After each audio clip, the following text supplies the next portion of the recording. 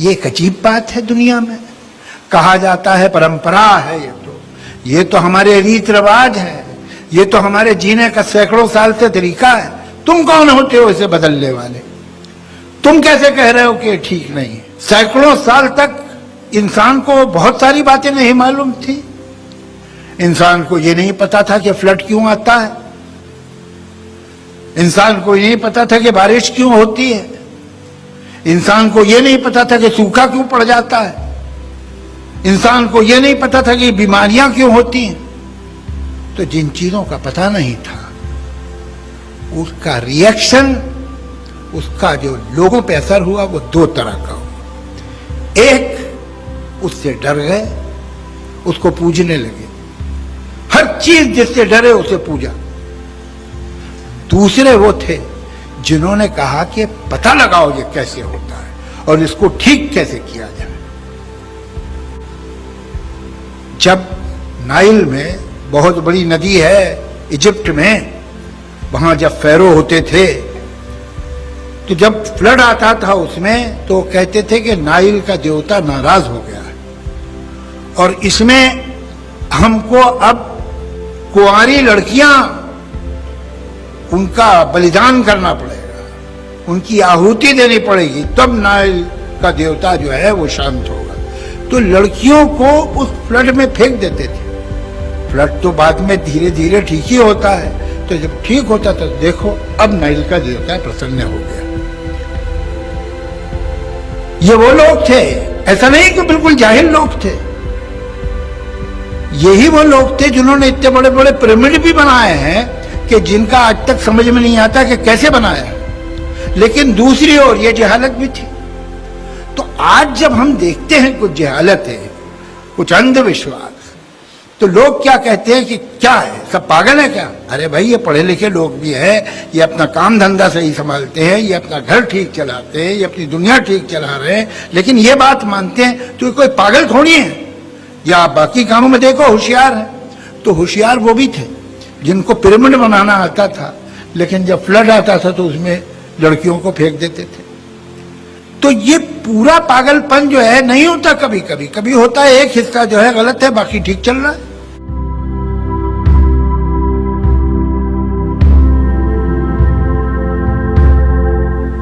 आप ये देखिए कि बहुत बरसों पहले एक आदमी कोपरनिकस था, कोपरनिकस के बाद एक आदमी था, उसका नाम गलीलियो था। उसने कहा कि भाई आप लोग जो मानते हैं, जैसा आप कहते हैं कि आपकी होली बुक में लिखा हुआ है कि ये सूरज जो है ये धरती के चारों ओर घूम रहा है, ऐसा नहीं है ये कि धरती जो है ये सूरज के चारों, पृथ्वी जो है पृथ्वी घूम रही है सूरज के चारों। तो उसको उन्होंने कहा कि ये तो हमारे जो विश्वास है, ये जो हमारा धर्म है, ये जो हमारी आस्था है, ये उसके खिलाफ बोल रहा है, इसको तो मार डालो। और उसे मौत की सजा देने ही वाले थे गलीलियो को। तो उसने कहा भाई मुझसे गलती हो गई, माफ कर दीजिए, सूरज ही घूम रहा है। अब वो बेचारा क्या करता। कुछ दिनों बाद फिर उसने कहा कि नहीं मैं माफी चाहता हूं, लेकिन सूरज घूम नहीं रहा, घूम तो पृथ्वी रही है। ये लोग जो थे, मैं इन्हें माफ करने को तैयार हूं। मैं इसलिए माफ करने को तैयार हूं कि जो इनकी नॉलेज थी, जो इनका ज्ञान था और जो इनकी आस्था थी, वो एक, उनको यही मालूम था। तो चलो कोई बात नहीं, माफ कर दो कि जाहिल थे। मुझे हैरत अब होती है, अचरज ये होता है कि आज ऐसे लोग हैं जो नासा में बैठ के चांद के ऊपर किस जगह कहां रॉकेट पहुंचेगा वो हिसाब लगा के भेज सकते हैं, जो यहां बैठ के ये बता सकते हैं कि वो प्लेनेट जो है उसका कितने माइल का सरकमफ्रेंस है, उसका घेरा कितने माइल्स का है, ये किस स्पीड से चल रहा है। और उसके बाद भी उनकी धार्मिक आस्था वही रहती है जो हजारों साल पहले उनकी थी, जिन्होंने पृथ्वी घूम रही है के इल्जाम में गलीलियो को मार ही डाला था। ये पहली बार हुआ है आज के युग में कि जो इंसान का ज्ञान है और जो इंसान की आस्था है, ये एक नहीं है। अब ये दोनों बातें एक ही आदमी मान रहा है। वो ये साइंस को भी मान रहा है और वो ये धर्म को भी मान रहा है, जो एक दूसरे के साथ जुड़े हुए नहीं, एक दूसरे के खिलाफ है। मैं तो उसे भी माफ करने को तैयार हूं जो इतना जाहिल है कि ये जानता ही नहीं इन चीजों के बारे में। कमाल ये है कि दोनों ही बातें जान के भी इंसान, इसको साइकियाट्री में कहते हैं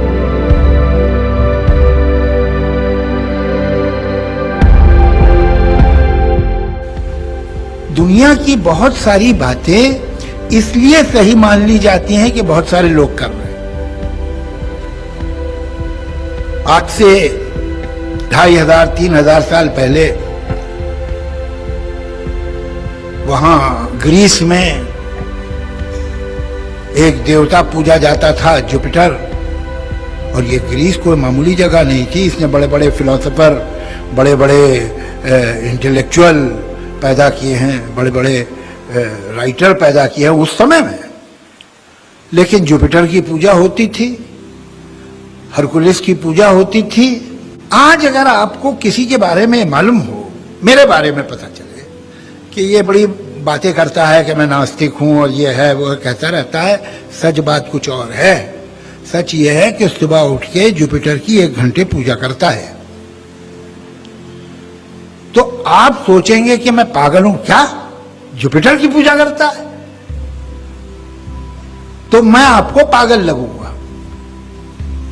लेकिन विश्वास रखिए कि अगर 10 करोड़ आदमी जुपिटर की पूजा करने लगे तो फिर मैं पागल नहीं लगूंगा। ये गलत काम बड़े स्केल पे जब होता है, ये गलत बात जब बड़े स्केल पे मानी जाती है तो उसको सम्मान मिल जाता है।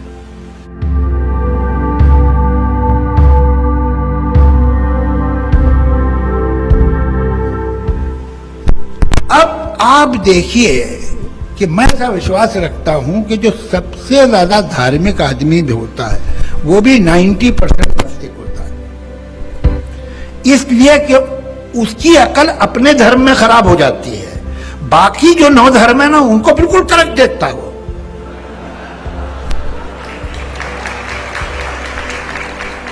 उनमें जो जो गलतियां हैं उसे साफ दिखाई देती हैं, बल्कि बात करते हैं आपस में।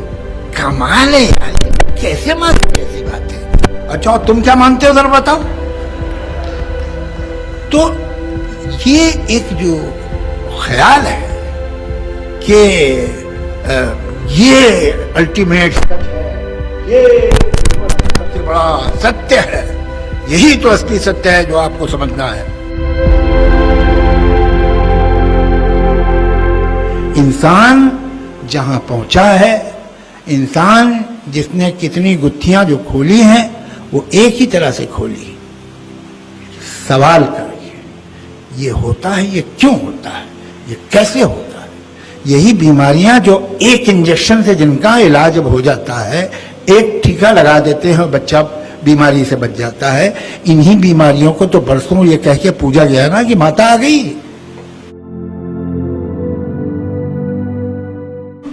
कमाल की बात यह है कि जो लोग मानते हैं, अच्छा ये अब इसके बाद फिर आपको ये भी पता है कि जो हो रहा है ये तुम्हारा मुकद्दर है, ये तुम्हारा भाग्य है। यानी ये भी सवाल मत करो कि मैं बुरी हालत में क्यों हूं, मैं खराब क्यों हूं। अच्छा तो सब खुदा करता है ना, कि आप सीढ़ी से गिरे, नीचे चोट नहीं लगी तो कहते हैं अल्लाह ने बचा लिया। अबे गिराया किसने था? वो कोई और था। एक अंदर गड़बड़ सवाल ये है कि अगर भाग्य कोई चीज है, अगर नसीब कोई चीज है, अगर जो हो रहा है वो लिखा है, वही डेस्टिनी है, तो फिर पाप और पुण्य कैसे हो सकते हैं? अरे भाई, एक आदमी के भाग्य में लिखा था कि मेरा मर्डर करेगा, सो उसने कर दिया। आप उसे हत्यारा क्यों कह रहे हैं? उसका क्या दोष है? मेरे भाग्य में लिखा था कि मैं इसका पैसा खा जाऊंगा, आप मुझे चोर क्यों कह रहे हैं? अगर भाग्य में लिखा था तो पाप और पुण्य हो ही नहीं सकते। अच्छा सा मुझे फ्री विल मिल गई, मुझे छूट मिली कि अच्छा देखो तुम क्या करते हो। मैंने बुरे काम किए, मैंने की चोरी, जेब कतरा बन गया, मैं पिक पॉकेट हो गया। कोई बड़ा जुर्म नहीं किया, मैं सारी जिंदगी लोगों की छोटी छोटी चोरियां करता रहा। अब मैं मर गया। मरने के बाद कुछ हो सकता है या नहीं हो सकता, इस बारे में भी बात करते हैं। जो मैं सोचता हूं बताऊंगा। मरने के बाद अलग अलग फॉर्मूलाज हैं। जैसे जो सेमेटिक रिलीजन है, जूडाइज्म, क्रिश्चियनिटी, इस्लाम, उसमें आदमी ऊपर जाता है, वहां पर कोर्ट है। कोर्ट में कहते हैं अच्छा तुमने ये किया था, सुनो ऐसा करो, इसको स्वर्ग में भेज दो, भाई साहब आपको नरक में जाना पड़ेगा, जो भी वह चलता है। तो अब मैंने तो सारी जिंदगी चोरी की थी, जेबें काटी थी, कोई ऐसा डाका नहीं मारा था मैंने, किसी को हमला नहीं किया था कि भाई लोटा लेके भाग जाता था, कुछ कहीं पर दरवाजे पे कोई चीज रखी है, दूध की शीशी लेके भाग गया, ऐसा छोटे मोटे। मगर चोरी थी तो मुझे तो नरक में ही जाना है, तो मैं चला गया। अब आप ये बताइए कि ये छोटी छोटी चोरियों के लिए मैं कितने दिनों नरक में रहूंगा? हजारों लाखों करोड़ों साल। अरे भाई छोटी छोटी चोरियां की हैं, 6 महीने की सजा हो जाए, 8 महीने की सजा हो जाए, 1 साल की, 2 साल की, हमेशा तो नहीं हो सकता। ये तो कोई जस्टिस की बात ही नहीं है। और वहां भी नरक में आग और कूड़े और गर्मी और तकलीफ और ये बहुत टॉर्चर वहां बहुत ज्यादा है। अब 6 महीने 8 महीने बाद अगर मुझे छोड़ दिया तो मैं कहां जाऊंगा? मैं स्वर्ग में तो जा नहीं सकता हूं, ऐसा तो कोई काम मैंने किया नहीं है। अच्छा, और आपके धर्म के मुताबिक मेरा जन्म भी नहीं होने वाला है दोबारा, वो दूसरा धर्म है, उसकी भी बात करेंगे। तो अभी मेरा होगा क्या? इसका मुझे कोई मौलवी या कोई प्रीस्ट है, कोई क्रिश्चियन, कोई मुसलमान प्रीस्ट हो, मुझे बताए। अच्छा साहब अब तो उधर चलिए कि पुनर्जन्म हो गया। तो मैंने इतने पाप किए हैं कि मुझे विधाता ने कहा कि अब इस काबिल नहीं है कि ये इंसान बने, इसको ऐसा करते कॉकरोच की योनि में पैदा करो। ठीक है साहब, मैं कॉकरोच पैदा हो गया। अब मुझे बताइए मैं एक कॉकरोच होते हुए कौन से काम करूं जिससे मैं फिर वापस ऊपर आना शुरू करूं? How to be a good cockroach?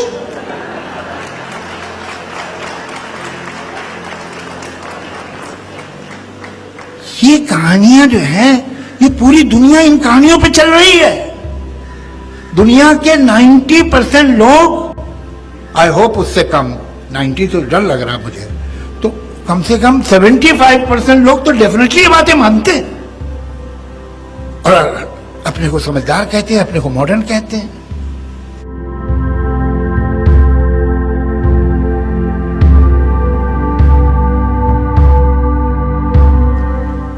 आप गाड़ी लेफ्ट पे चलाते हैं इंडिया में, अमेरिका में राइट पे चलती है। लेफ्ट पे क्यों चलाते हैं? मोरालिटी है, उसने हुक्म दिया है।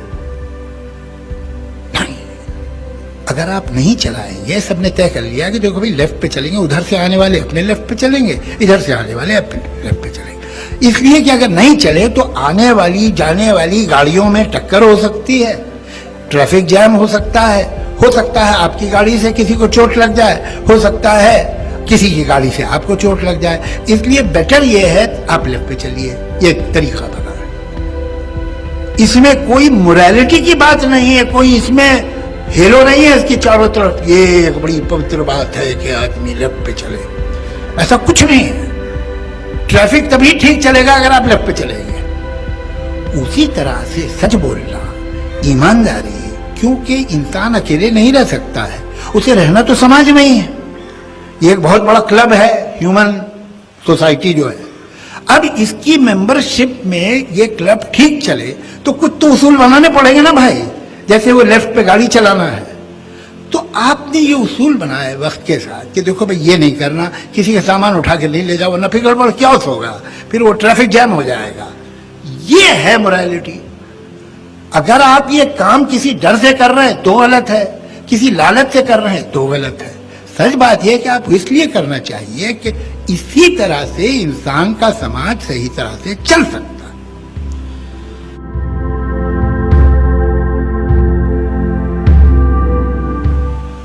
मुझसे गुरुजी ने स्टेज पे पूछा था बहुत बड़े फंक्शन में, आप अगर ये समझते हैं कि मरने के बाद कुछ है ही नहीं और मरने से पैदा होने से पहले कुछ नहीं था, तो आपको क्या लगता है कि आप इस संसार में क्यों हैं? तो मैंने कहा गुरुजी आपके बारे में तो नहीं जानता, लेकिन मुझे मालूम है मैं संसार में क्यों हूं, बताने वाली बात नहीं है। और ये पंपक सवाल है। ये सवाल क्या है कि आप दुनिया में क्यों हैं? अभी आपने ऐसे करके एक मच्छर मार दिया, आपने ये नहीं पूछा कि मच्छर इस दुनिया में क्यों था। आपने सुबह जो बाथरूम में कॉकरोच मारा था, वो दोबारा जन्म लेगा, स्वर्ग में जाएगा, नरक में जाएगा, आपने कभी नहीं सोचा उसके बारे में। एक ब्लेड ऑफ ग्रास, उसमें भी जीवन होता है। ये घास की जो एक पत्ती है, ये क्यों है इतने बड़े मैदान में, ये एक पत्ती क्यों है? भाई इतनी घास है उसमें, ये भी है, ऐसे ही कहेंगे आप। लेकिन मैं इस दुनिया में क्यों हूं, ये बड़ा महत्वपूर्ण सवाल है। इसलिए कि मैं तो मैं हूं, अब कुछ नहीं है। हम पैदा होते हैं, गुजरती है जिंदगी, हम खत्म हो जाते हैं। जिंदगी के वैसे कोई मतलब नहीं है, हमें उसके मतलब बनाने पड़ेंगे।